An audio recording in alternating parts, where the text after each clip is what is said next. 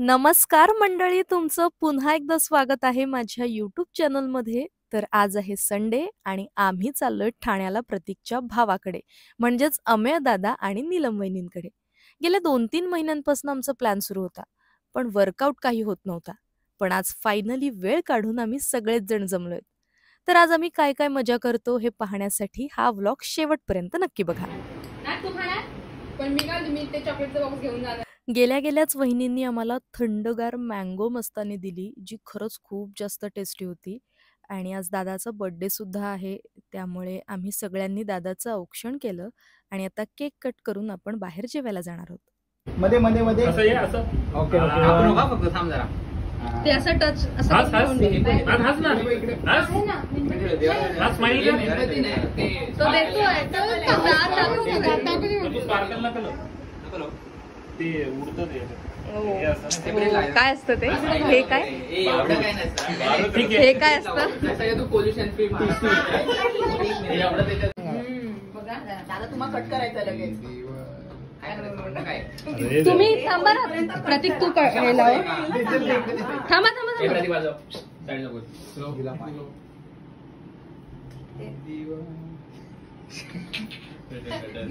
काय दिवे लावले आम्ही दादा.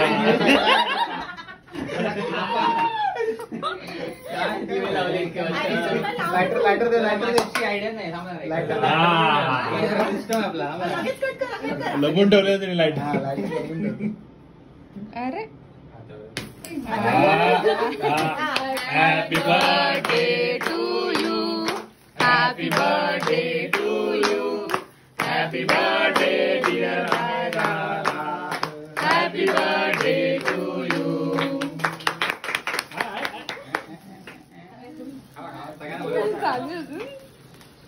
मस्त येत होती का? खूप वेळ चालते.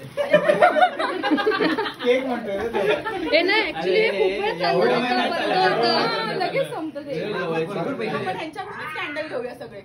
तर लग्नानंतर मी आणि प्रांजली पहिल्यांदा घरी गेलो होतो, त्यामुळे वहिनींनी आमची ओटी भरली आणि छान असं गिफ्ट सुद्धा दिलं. त्यानंतर सगळं आवरून आम्ही पोहोचलो मधुबन या व्हेज रेस्टॉरंटमध्ये. हे प्युअर व्हेज रेस्टॉरंट आहे आणि संडे असून आम्ही व्हेज का खातोय, कारण दादा वहिनी नॉनव्हेज खात नाही, त्यामुळे आजचं आपलं सगळ्यांचं जेवण हे व्हेज असणार आहे.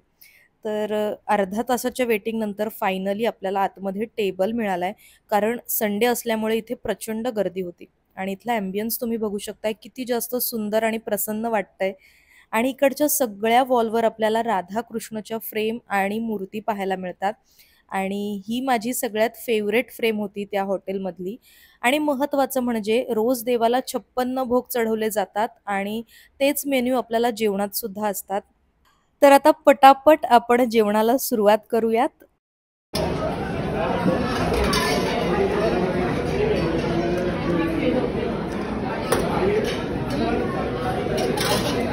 तू घे मी घेतो.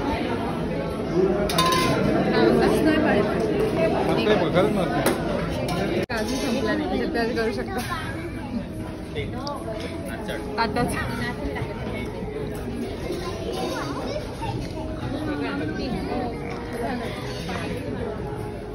खूप दिवसांनी सगळे एकत्र जमले होते, त्यामुळे गप्पांमध्ये वेळ कधी निघून गेला हे समजलंच नाही. जेवण झाल्यानंतर आम्ही खूप फोटो काढले आणि त्यानंतर आम्ही आलो ठाण्यामध्ये नवीनच ओपन झालेल्या इस्कॉन टेम्पलमध्ये. आणि हे मंदिर खरंच खूप जास्त सुंदर आहे. इंस्टाग्रामवर याच्या खूप व्हिडिओ पाहिल्या होत्या, पण आज प्रत्यक्षात तिथे जाण्याचा योग आला आणि खरंच हे मंदिर पाहण्यासारखं आहे. इथलं बारीक नक्षीकाम खरंच खूप सुंदर आहे.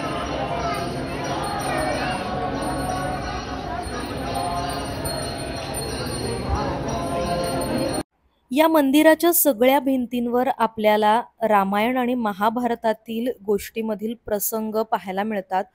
या दगडावर अगदी बारकाईनं ते प्रसंग कोरलेले आहेत आणि मंदिर खरंच खूप जास्त छान आहे.